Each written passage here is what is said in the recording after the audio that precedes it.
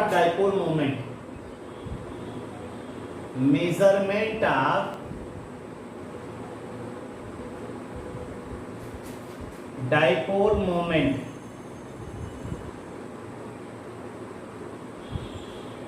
Measurement of dipole moment पढ़ रहे थे हम लोग। और इसी में एक मेथड हम लोगों ने पढ़ लिया था, टेम्परेचर मेथड। टेम्परेचर मेथड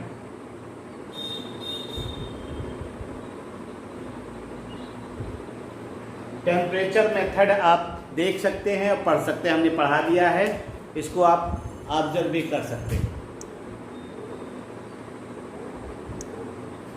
ठीक है मेरे लाल। टेम्परेचर मेथड में हमने आपको बता दिया था कैसे डाइपोल मोमेंट का मेजरमेंट आप करते हैं, इसको हमने आपको वहाँ पे बता भी दिया था और एक इक्वेशन के जरिए आपको दिखा भी दिया था। तो हम उसकी डिस्कस नहीं करेंगे, उसको डिस्कस यहाँ पे नहीं करेंगे। हम यहाँ पे डिस्कस करने जो चल रहे हैं दूसरा मेथड जो है वो रिफ्रैक्शन मेथड,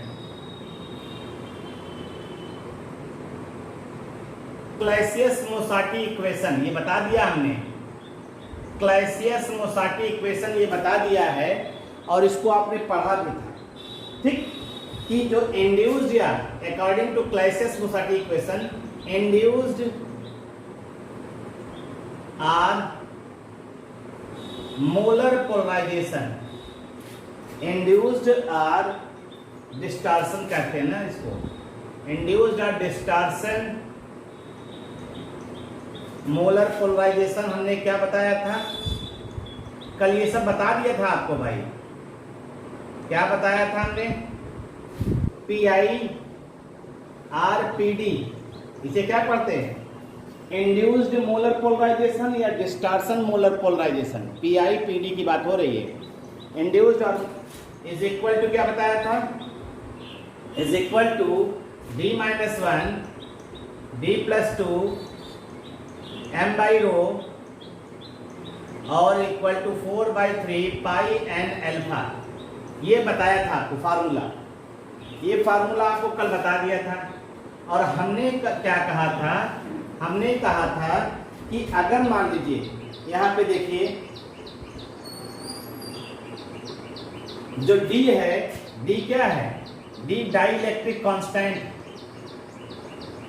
डाइलेक्ट्रिक कांस्टेंट है ना, D जो है वो डाइलेक्ट्रिक कांस्टेंट है और जो प्योर नंबर है इज ए प्योर नंबर, ये क्या है, प्योर नंबर है, ठीक। तो मोलर पोलराइजेशन को हम लोग सिंपली क्या कहेंगे, मोलर वॉल्यूम। हेंस जो मोलर पोलराइजेशन आपका है,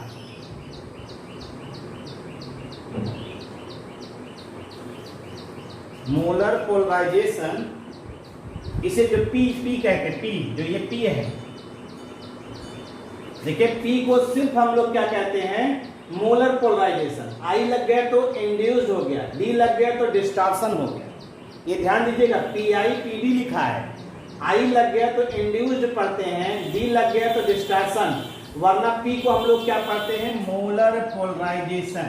मोलर पोलराइजेशन ये पी जो है ये क्या है हमारा, मोलर पोलराइजेशन है, आप ध्यान दीजिएगा, ठीक है भाई। तो हमने आपसे क्या कहा कि अगर हम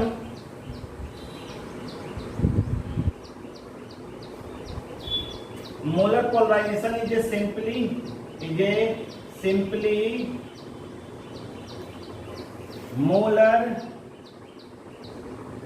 वॉल्यूम ऑफ द मटेरियल, मान लेते हैं इसको, किसी भी मटेरियल को लीजिए उसका मोलर वॉल्यूम मान लिया हमने, independent of temperature.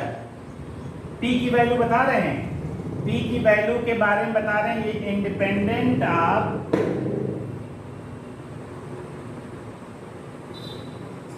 Of temperature होता है।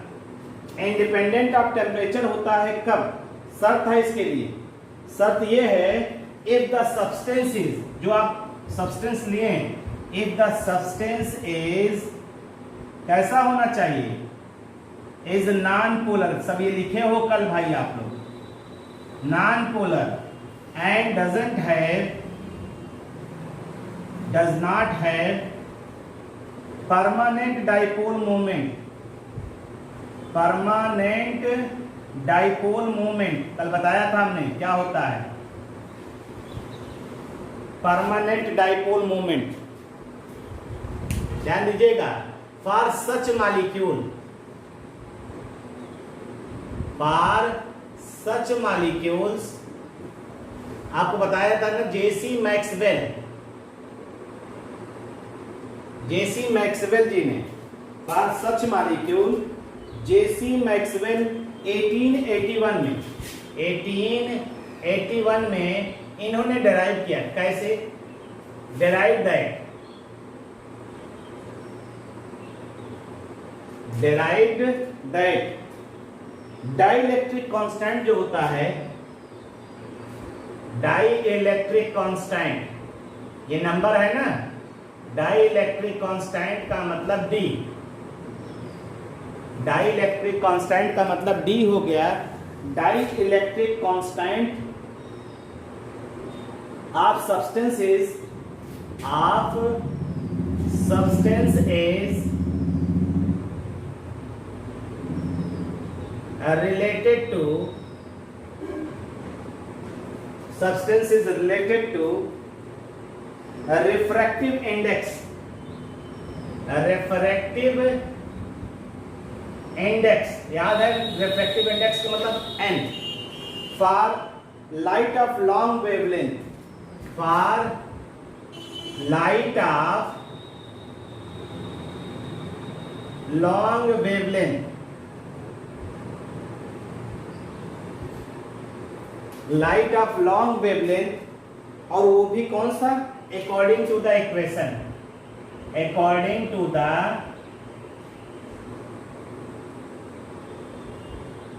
इक्वेशन। कौन सा इक्वेशन है याद करिए, ईटा स्क्वायर, और इसको इन्फिनिटी ले लिया, is equal to D, eta square S1 upon eta infinity square plus 2 m by rho 4/3 pi n alpha. ये हमारा इक्वेशन आया, इक्वेशन नंबर सेकंड। यहीं पे छोड़ दिया था कल, यहीं पे आपको छोड़ा था कल, इतनी बातों को आप eta infinity can not be found, इसकी value can't be found, can't be found extrapolation,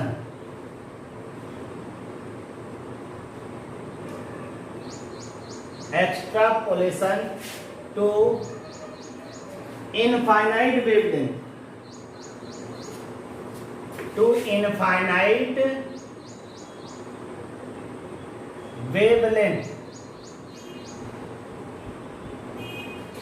मतलब इसकी वैल्यू हम लोग फाउंड नहीं कर सकते, इनफाइनाइट वेवलेंथ की सहायता से भी फाइंड आउट नहीं कर सकते।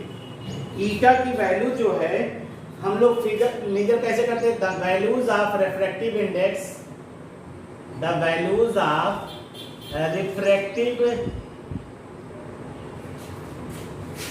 इंडेक्स कैन बी मेजर्ड, किसकी सहायता से, with visible light, visible light की सहायता से मेजर करेंगे। मतलब विजिबल लाइट की सहायता से हम रिफ्रैक्टिव इंडेक्स की मेजर कर सकते हैं। क्या हमारी बात समझिए क्या कह रहे हैं, जो ईटा स्क्वायर इन्फिनिटी है, यानी स्क्वायर इन्फिनिटी है, उसको हम लोग एक्स्ट्रापोलेट करके, मतलब ग्राफ के जरिए इनफाइनाइट वेवलेंथ की सहायता से मेजर नहीं कर सकते, इसकी वैल्यू मेजर नहीं कर सकते। इसकी वैल्यू को इंडिसिस कर दीजिए, इसको इंडिसिस, जो ईटा स्क्वायर की वैल्यू है, यानी रिफ्रैक्टिव इंडिसिस की वैल्यू है, हम मेजर कर सकते हैं with the help of visible light. लेकिन विजिबल लाइट क्या होता है, विजिबल लाइट जैसे किसी एटम के ऊपर गिरेगा, जब भी कोई विजिबल लाइट का मतलब सूर्य की रोशनी हुई, एलईडी की रोशनी हुई, ये रोशनी जब हमारे ऊपर गिरेगी तो हमको डिस्प्लेस नहीं कर पाएगी। हमारे अंदर के जो इलेक्ट्रॉन है उसको डिस्प्लेस कर पाती, क्योंकि इनकी एनर्जी जो है बहुत कम होती है। तो इसलिए अगर हम विजिबल लाइट की वजह से ये पढ़ेंगे ईटा की वैल्यू को मेजर करेंगे, तो उसमें सिर्फ और सिर्फ इलेक्ट्रॉन का डिस्टॉर्शन होगा। न्यूक्लियस काफी हैवी होता है, एटम्स काफी बड़ा होता है, उसका डिस्टॉर्शन वो डिस्टर्ब नहीं होगा। तो एक लाइन इसको भी लिख देते हैं, this is because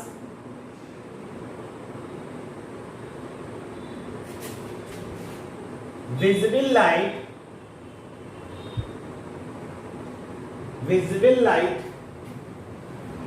can displace only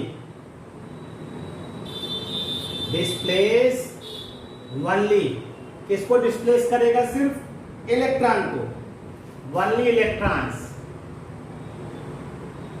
whereas the positive charge nuclei, the positive charge nuclei remains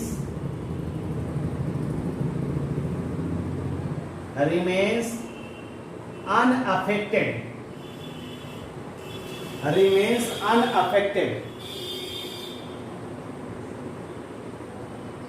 Hence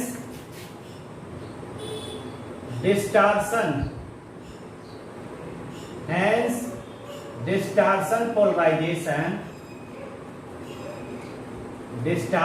polarization जो डिस्टर्ब हो रहा है can be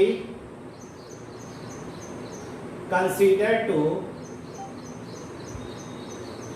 be sum of, यानी पीवी जो होगा वो सम होगा किसका? पीई और प्लस पीओ, पीई प्लस पीए। पीडी क्या है? और देखिए ये आपका होगा डिस्टॉर्शन पोलराइजेशन किसकी वजह से हो रहा है? इलेक्ट्रॉन के डिस्प्लेसमेंट की वजह से। तो इसे क्या कहते हैं? Electron polarisation.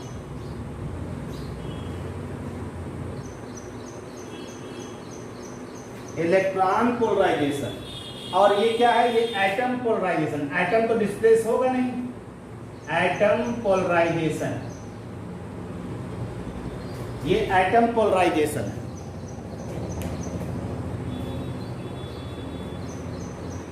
यानी जब विजिबल लाइट की बात कर रहे हैं तो विजिबल लाइट किसको डिस्प्लेस कर रहा है? Visible light can displace only electrons, whereas the positive charge nuclei remains unaffected. यानी जो विजिबल लाइट होगा वो किसको डिस्प्लेस करेगा? सिर्फ और सिर्फ पॉजिटिव चार्ज को डिस्प्लेस करेगा, न्यूक्लियाई को डिस्प्लेस नहीं कर पाएगा। तो इसलिए जो डिस्टॉर्शन पोलराइजेशन होगा उसको हम लोग सम कर रहे हैं। सम किसका? पीई और प्लस पीए, यानी पीडी जो है दोनों का सम होगा। इलेक्ट्रॉन का डिस्टॉर्शन हो रहा है, एटम का डिस्टॉर्शन नहीं हो रहा है, ये ध्यान दीजिएगा। यानी इसका कंट्रीब्यूशन होगा, इसका कंट्रीब्यूशन यहाँ पे नहीं दिखाई दे रहा है। ठीक है भाई।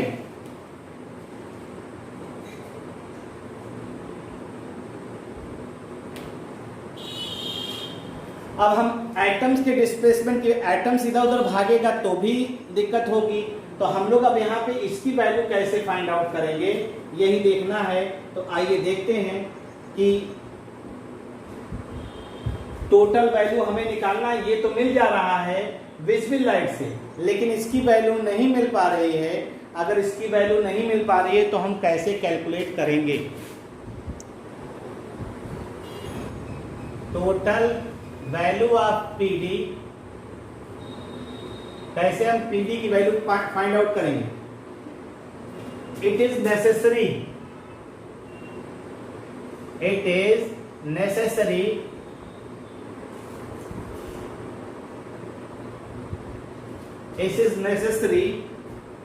to measure the refractive index, to measure the refractive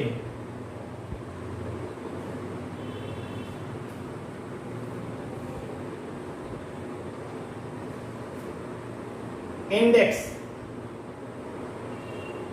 using IR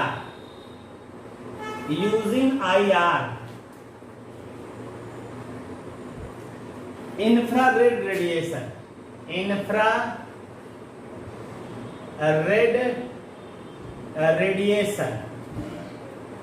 using IR infrared radiation।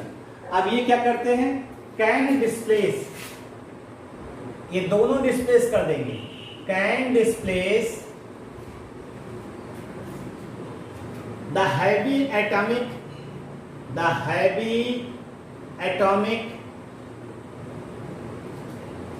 nuclei as well as electron, दोनों को डिस्प्लेस कर सकते हैं। ठीक है, अगर हम आईआर की सहायता से हम लोग जो है इसको मेजर करना चाहें तो वो दोनों को क्या करता है, डिस्प्लेस कर देगा। लेकिन प्रॉब्लम क्या है, रिफ्रैक्टिव इंडेक्स अगर हम आईआर रेडिएशन की सहायता से मेजर करना चाहते हैं तो बहुत डिफिकल्ट है, वो संभव नहीं है।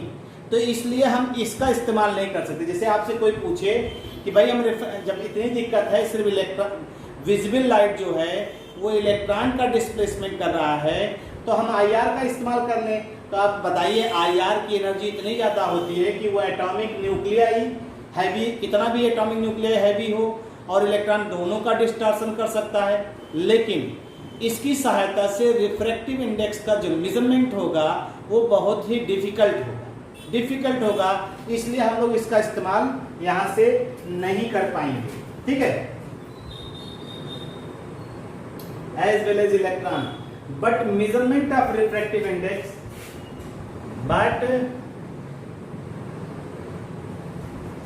measurement of refractive index with IR is difficult, तो ये आपको मालूम होना चाहिए भाई, ये आपको मालूम होना चाहिए।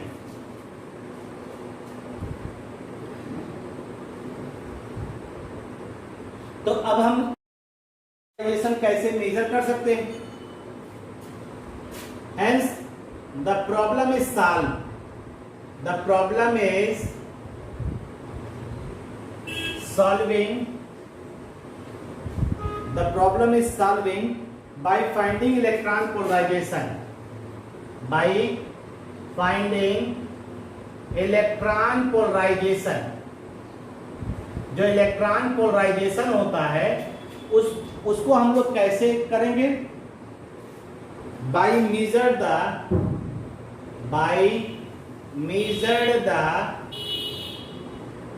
refractive index n के द्वारा, n using visible light,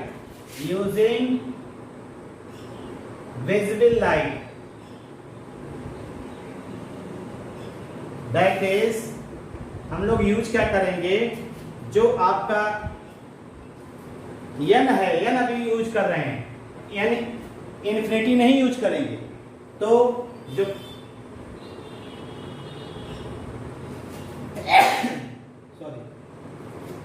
ईटा स्क्वायर इन्फिनिटी था ना, वहां ईटा स्क्वायर कर ली, -1 ईटा स्क्वायर +2 m बाई रो, ये हो जाएगा, ये इलेक्ट्रॉन पोलराइजेशन हो गया।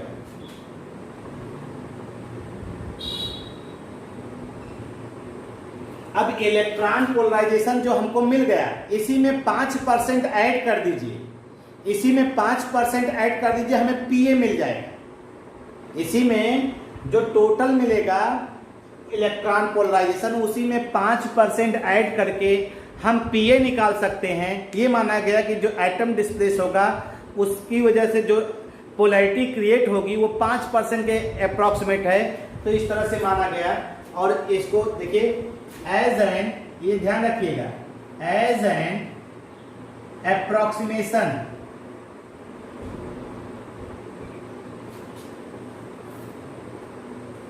approximation 5% of this value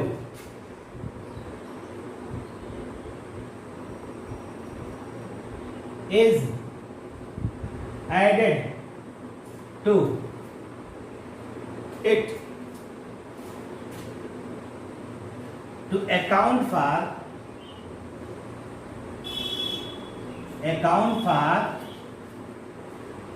पीए, मतलब पीए भी निकल आएगा, एटॉमिक पोलराइजेशन निकल आएगा। ठीक है, to get the total value, to get the total value of PD, ये to get the total value of PD, मतलब जो पोलराइजेशन है उसी का 5% बढ़ा के आप जोड़ दीजिएगा तो पीडी की वैल्यू मिल जाएगी। दैट इज पीडी बराबर क्या था, पीडी बराबर पीई प्लस पीए, और पीए की वैल्यू क्या होगी 5% ऑफ पीई, 5% ऑफ पीई, ये होगा, ये वैल्यू हो जाएगी। इस तरह से पीडी आपने कैलकुलेट कर लिया, पीडी की वैल्यू इस तरह से आप कैलकुलेट कर सकते हैं।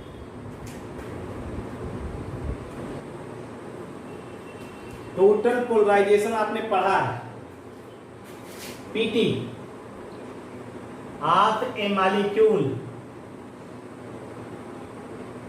possess dipole moment, possess dipole moment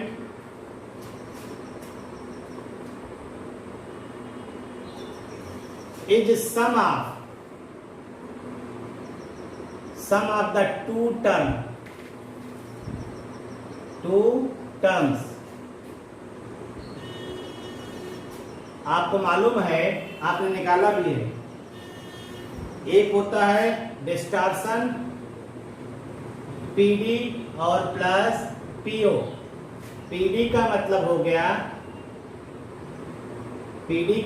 गया डिस्टॉर्शन पोलराइजेशन,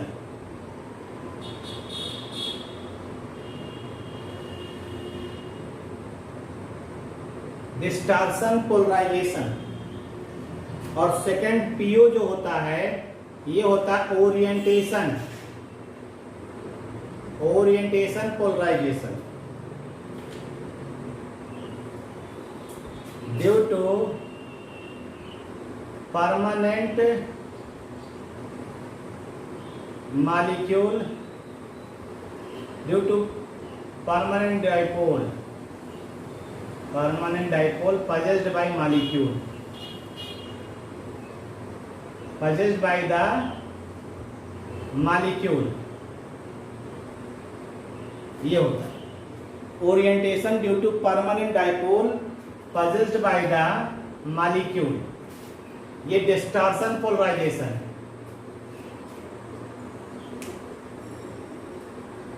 अब देखिए, अब हमें कुछ करना नहीं है, इसी वैल्यू में हमें डिवाई इक्वेशन मालूम है और उसी में वैल्यू निकाला था हम लोगों ने, रख देंगे। देखिए, we know that according to Debye equation PO is equal to होता है 4/3 pi N mu square upon 3 kT। ये फार्मूला पढ़ा है हमने, ठीक है, ये फार्मूला हम लोगों ने पढ़ा हुआ है, इसको उठा के इसी में रख देते हैं। आपको मालूम है यहाँ पे सब क्या है, देखिए हम बोल दे रहे हैं एक बार, म्यू जो है ये सब म्यू पढ़ते, डाइपोल मोमेंट, के क्या है बोल्ट्जमैन कांस्टेंट, टी क्या है टेम्परेचर है, एन अवागाद्रो नंबर, ठीक है भाई। तो आपका जो ये इक्वेशन हो जाएगा, इसे इक्वेशन नंबर आप मान लेते हैं 3, इसे मान लेते हैं 4, तो इक्वेशन 3 बिकम्स क्या आ जाएगा, PT is equal to PO की जगह रख दीजिए, पीडी है ही है, plus 4/3 pi and mu square by 3 kT, ये हो गया। अब थोड़ा रीअरेंज करते हैं, इसको इधर कर देते हैं। तो देखो PT माइनस PD ये हो गया is equal to 4/3 pi N mu square upon 3 kT। आपको मालूम है K बराबर क्या होता है, R/Na। गैस कांस्टेंट को जो है अवागाद्रो नंबर डिवाइड कर दीजिए, तो ये मिल गया आपको। आपको मालूम है ये सारी वैल्यूज, ध्यान दीजिएगा, सारी वैल्यूज नोन है, कांस्टेंट है।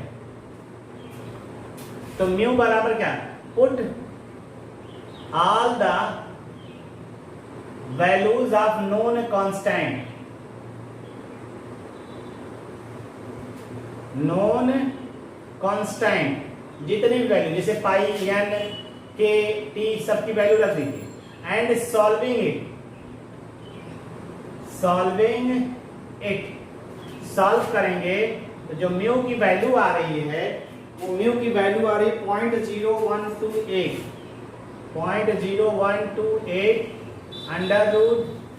अंडर रूट में आ रहा है PT माइनस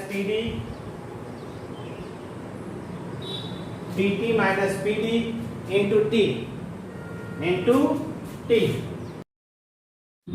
ये वैल्यू आ है। अब देखिए PD की वैल्यू निकालने के लिए हमने आपको बताया PD कैसे निकालेंगे। PD निकालने के लिए बता दिया है, PD आप इस तरह से निकालेंगे।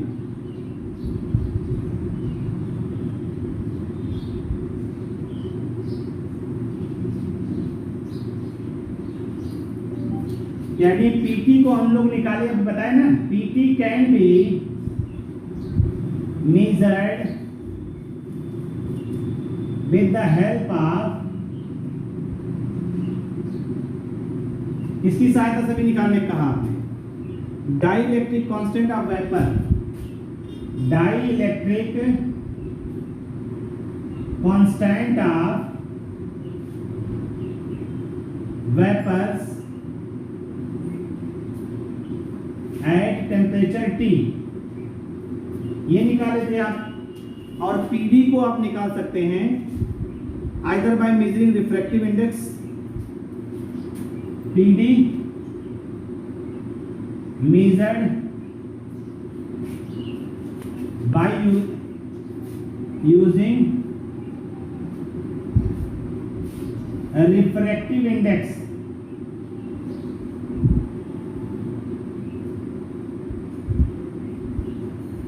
or by approximation method, कोई इसके रिलेटेड मेथड आप ले सकते हैं। अप्रोक्सीमेशन मेथड जो हमने अभी अप्रोक्सीमेट मान के किया है, 5% जोड़ दीजिए PE में तो PD आ जाएगा। तो इस तरह से हम लोग इसको कैलकुलेट कर सकते हैं, ठीक है भाई। और साथ ही साथ ये कहा गया है, ये मेथड जो होता है सिंपलर होता है। एक लाइन इसको भी जान लीजिए, बस ये हो जाएगा आपका, खत्म हुआ। ये कहा जाता है this method is simpler, this method is simpler, ये आसान होता है then temperature method. Temperature method से ये आसान माना गया है। क्यों? क्योंकि यहां पर जो है आप जो इन्वॉल्व कर रहे हैं वो एक ही टेम्परेचर ले रहे हैं, because it involves measurement of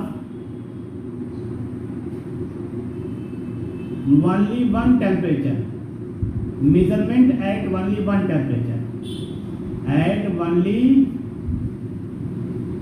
one temperature, ये ध्यान दीजिएगा।